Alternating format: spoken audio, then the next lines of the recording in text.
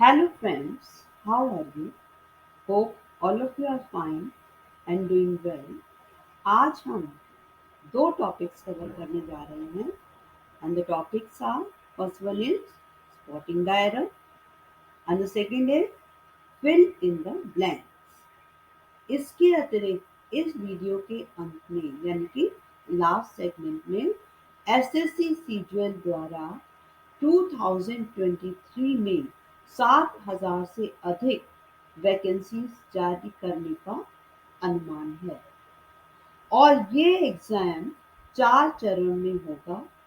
इसका वार्षिक कैलेंडर आप लास्ट वीडियो के लास्ट में देख सकते हैं।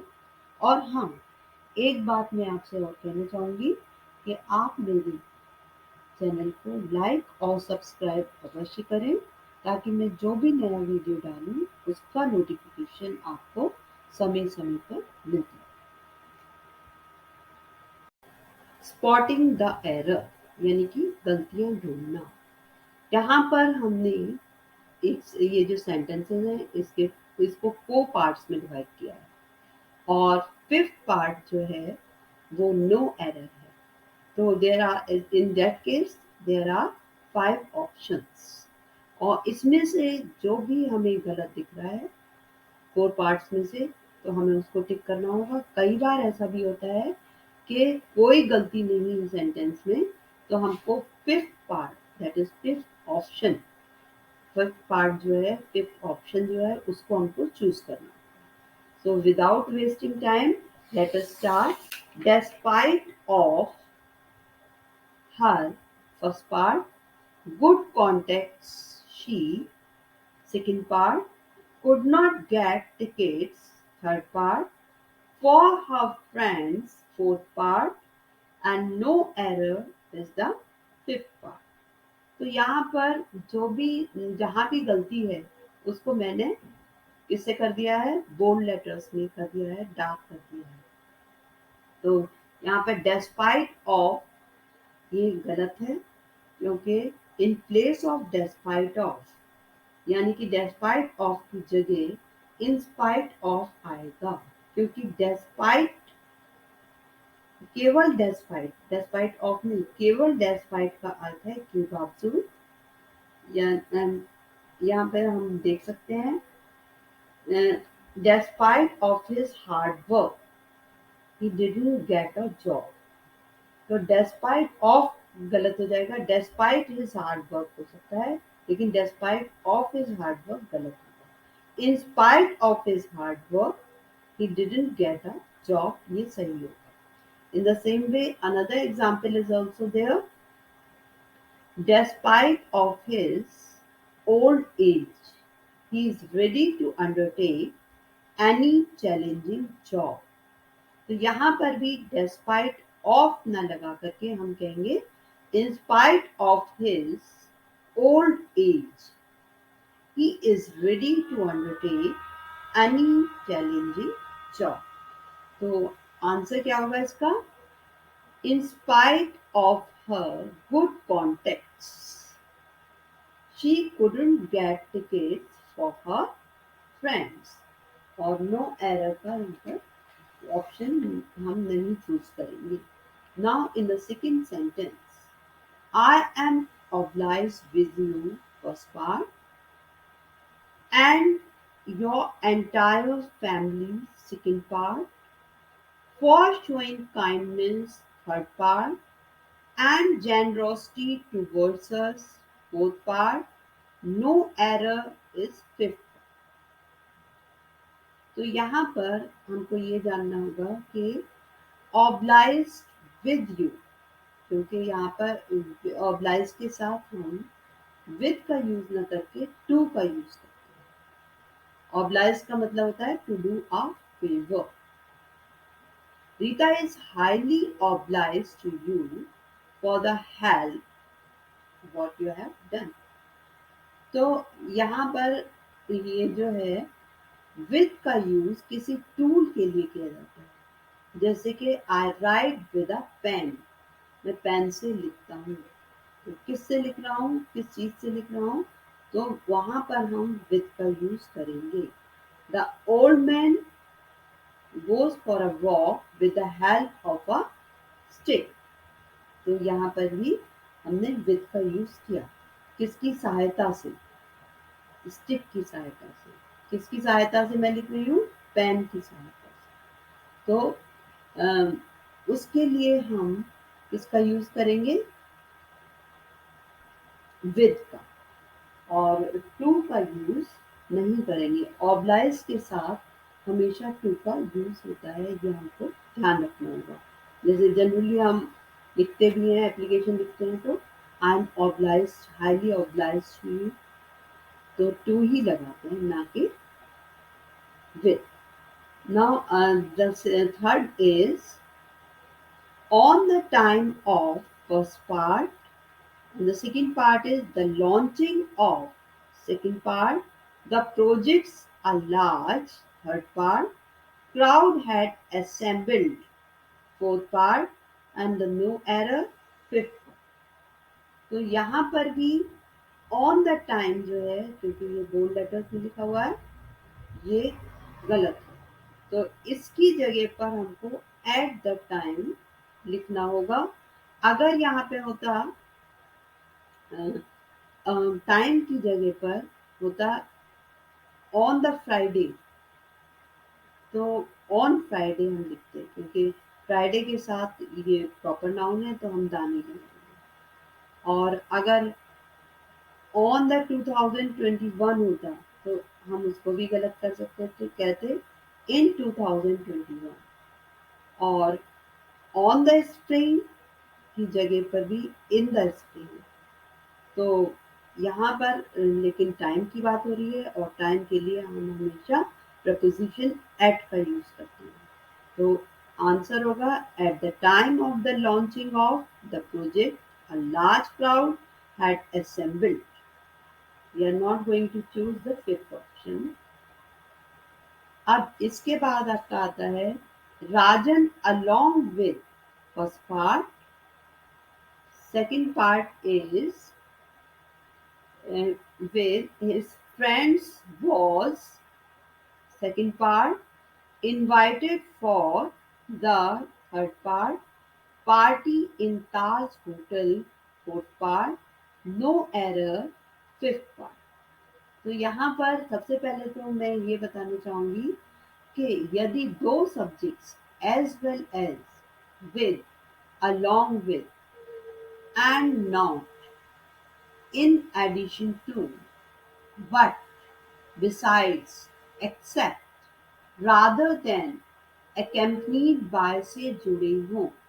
तो यहाँ पर भी आप देख लीजिए, राजन along with से जुड़ा हुआ है ये सेंटेंस। तो और हिज फ्रेंड, दो सब्जेक्ट हो गए, राजन और हिज फ्रेंड दो सब्जेक्ट से जुड़े हों, तो वर्ब का प्रयोग पहले सब्जेक्ट के अनुसार होगा। यानी कि फ्रेंड्स तो ज्यादा है, तो हमने यहाँ पे वॉज लगाया है, लेकिन हम राजन के अकॉर्डिंग, पहले सब्जेक्ट के अकॉर्डिंग वर्ब का यूज करेंगे, तो यहाँ पर वॉज।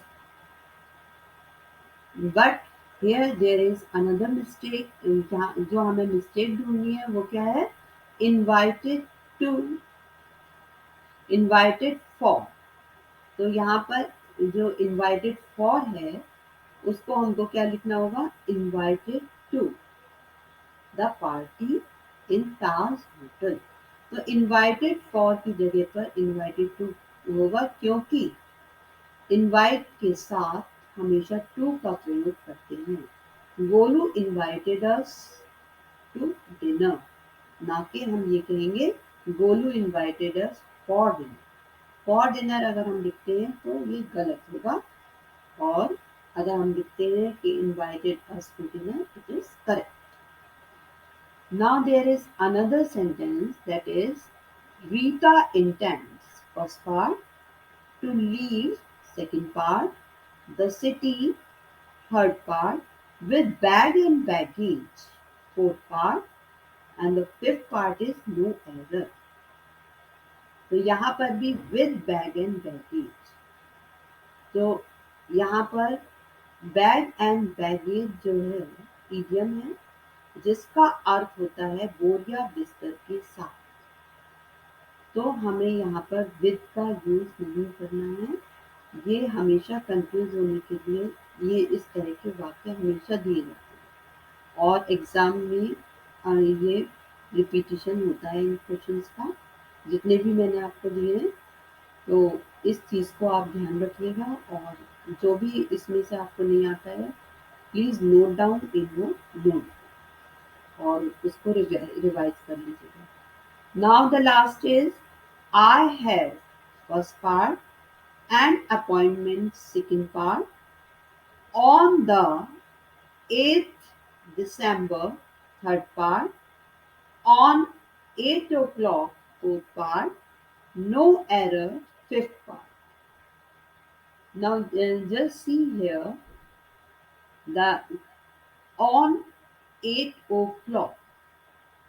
8 o'clock यानी कि टाइम यहाँ पे दर्शा रहा है, तो हम यहाँ पर ऑन नहीं लगा करके एट 8 o'clock लिखेंगे, क्योंकि हम ऑन नहीं लगाते। ही केम हेयर ऑन 7 o'clock, ये गलत होगा।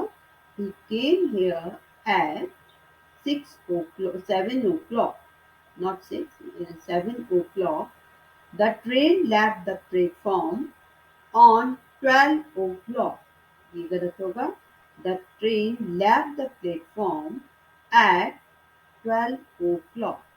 तो यहाँ पर भी correct sentences I have an appointment on 8 September at 8 o'clock. This is the correct answer.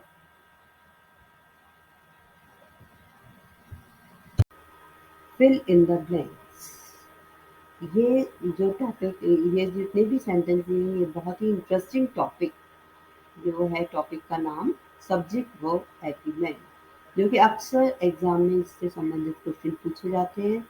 Exams में ही नहीं बल्कि कंपटीशन में भी इसका यूज़ बहुत होता है और इसमें उत्तर देने में अक्सर गलतियाँ हो जाती हैं कैंडिडेट्स से। तो चलिए स्टार्ट करते हैं without wasting time. There are many fishes in the pond. तो फिशेस हमने यहाँ क्यों यूज़ किया है, जबकि अकॉर्डिंग टू रूल कुछ मतलब जो भी नाउन है वो प्लूरल और सिंगुलर में दोनों एक से रहते हैं। ये हमने बचपन से पढ़ा है, जैसे डियर है, शीप है, सीरीज है, स्पीशीज है, फिश है, क्रू है, टीम है, ज्यूरी, एयरक्राफ्ट, काउंसिल। तो ये सब एक से रहते हैं, लेकिन फिर भी हमने इसमें क्या लिखा है, there are many fishes. Fishes हमने इसलिए लिखा है क्योंकि यहाँ अलग अलग तरह की फिशेस हैं। और दूसरे सेंटेंस में हम देख लेते हैं, देयर आर 4 फिश। अब यहाँ पर 4 फिश हैं, वो एक ही तरह की हैं, तो हम उनको FISH ही लिखेंगे। लेकिन अगर कोई 4 बर्ड्स हमें दिखाई, बर्ड है, तो हम उसके लिए बर्ड्स लिखेंगे, ना कि बर्ड लिखेंगे। तो हमें ये ध्यान रखना होगा कि deer, sheep, series, species, fish, crew, team, jury, aircraft, council, इन सब में हम सिंगुलर हो या प्लूरल दोनों एक से ही रहेंगे, जैसे कि फिश मैंने बताया। अब लेकिन कुछ एक्सेप्शंस भी हैं यहाँ पर, वो हम देख लेते हैं कि the jury have given it's verdict. तो ये गलत होगा, क्योंकि मैंने जैसे कि बताया ये ज्यूरी तो सिंगुलर में ही रहेगा, एक सही रहता है। The jury has given it's verdict, verdict वो ही रहेगा। लेकिन फिर भी इसमें एक्सेप्शन केसेस हैं, तो वो मैं बता रही हूँ। The jury was divided in their opinion. तो ज्यूरी वॉज डिवाइडेड मतलब अगर जैसे 5 लोग हैं ज्यूरी में, ज्यूरी के मेंबर हैं, जज होते हैं वो लोग कोर्ट में, ज्यूरी के मेंबर्स, और वो सभी का एक मत होता है वैसे तो जनरली, लेकिन अगर 3 लोगों का एक मत हो जाए और 2 का एक हो जाए, तो हम ये कहेंगे द जूरी वॉज डिवाइडेड। गलत होगा, क्योंकि फिर 2 पार्ट्स में वो अलग-अलग हो गए। एक होते हैं, एक मत होगा तो हम कहेंगे हैज़, या was the jury has given its decision, या जो भी वर्डिक्ट। लेकिन अगर वो 2 पार्ट्स में डिवाइड हो जाते हैं तो हम उनको प्लूरल में यूज करेंगे वर्ब, जैसे the jury were divided in their opinion. तो हम उसको ये नहीं कहेंगे the jury was divided, was नहीं आएगा, यहाँ पे वर आएगा। Now the next is a choir of singers has come. This is wrong. ये गलत है। Choir of singers have come. This is also wrong, क्योंकि ये जो कलेक्टिव नाउन है, choir क्या हो गया हमारा, कलेक्टिव नाउन है, इसके साथ हमेशा सिंगुलर वर्ब का यूज होता है। और पहले तो हमको ये पता करना है what do we mean by the word choir, क्योंकि सिंगर तो ज़्यादातर सबको पता होता है। और choir is a group of people who sing together. गायक मंडली भी हम कह सकते हैं, और भजन गाने वालों का समूह, क्योंकि चर्च में choir गाया जाता है।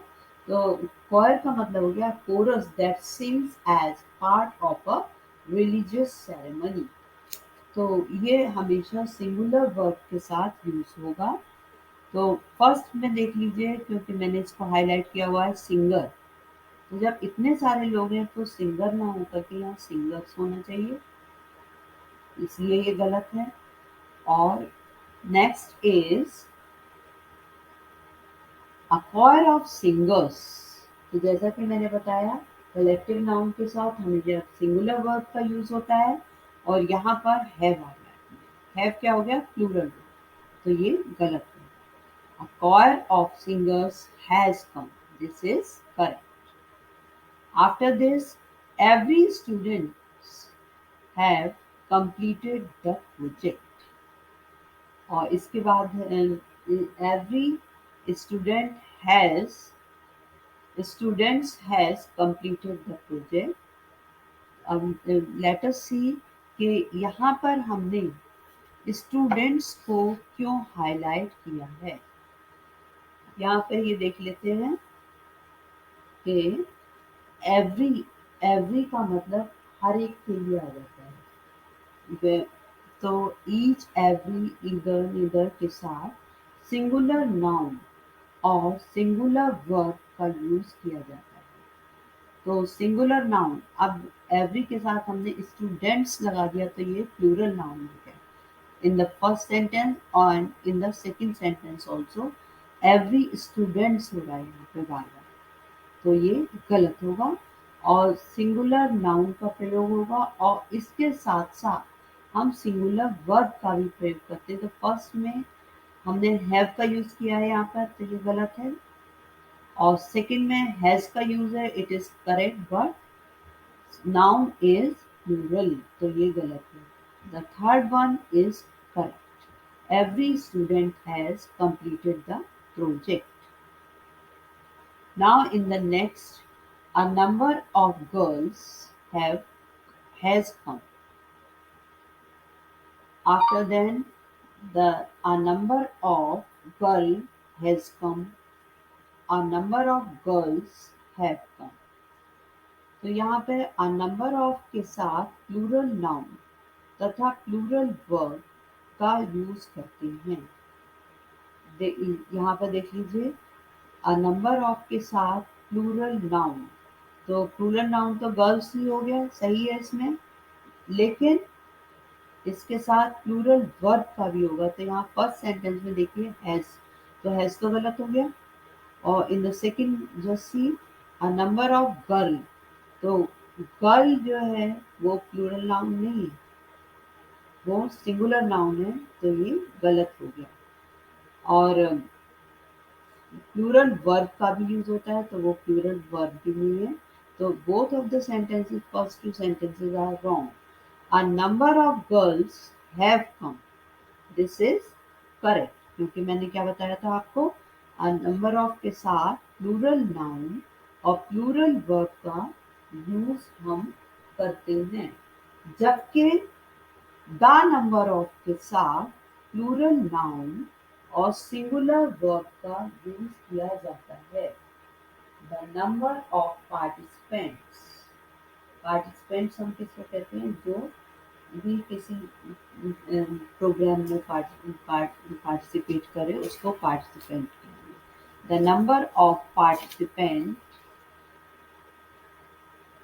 इज इंक्रीजिंग, तो यहाँ पे पार्टिसिपेंट्स होगा, पार्टिसिपेंट नहीं होगा।